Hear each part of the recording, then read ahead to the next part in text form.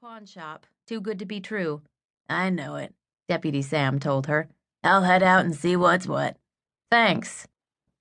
She hung up before he could offer advice on hiring policies and turned up the hill. The morning was clear, odd for early spring in the Pacific Northwest. Normally, the good weather didn't kick in until closer to summer.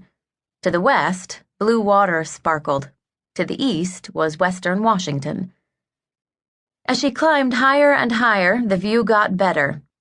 But when she parked across from the 3 Queen Anne houses at the very top of the hill, pausing to enjoy the spectacular combination of sky and ocean was the last thing on her mind.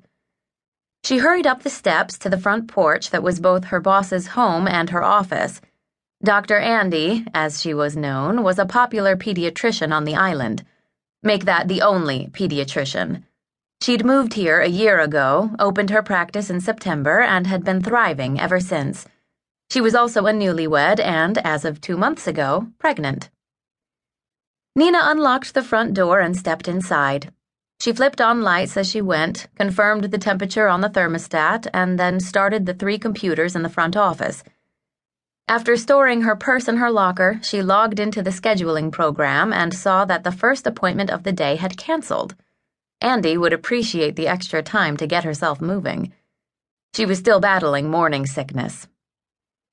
Nina did a quick check of her email, forwarded several items to the bookkeeper/office manager, then walked to the break room for coffee.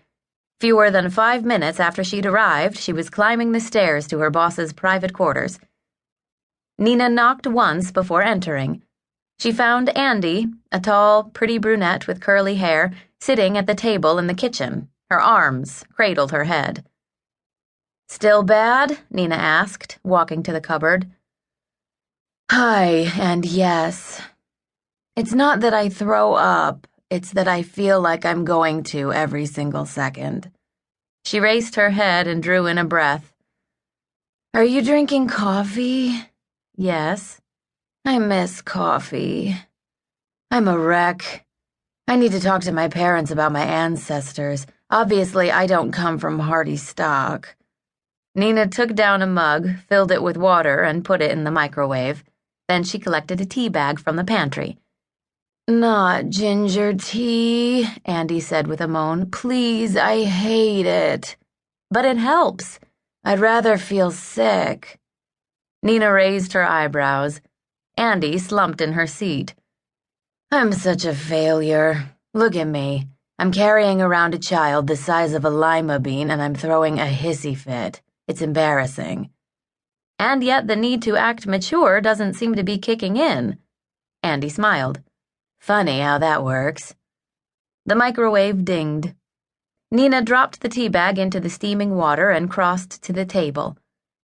The eat-in kitchen was open, with painted cabinets and lots of granite. The big window by the table took advantage of the east-facing views in the old house. The mainland shimmered only a few miles away. Andy had bought the house, one of 3 up on the hill, when she'd moved to Blackberry Island. Undeterred by the broken windows and outdated plumbing, she'd had the house restored from the framework out. During the process, she'd fallen in love with her contractor, which had led to her current tummy problems. "Your first appointment canceled," Nina told her. Thank God. Andy sniffed the tea, then wrinkled her nose and took a sip. It's the ginger. If I could have tea without ginger, I think I could get it down. The thing is, the ginger is the part that settles your stomach. Life is perverse like that. Andy took another sip, then smiled. I like the shirt. Nina glanced down at the pattern. "Betty and I go way back."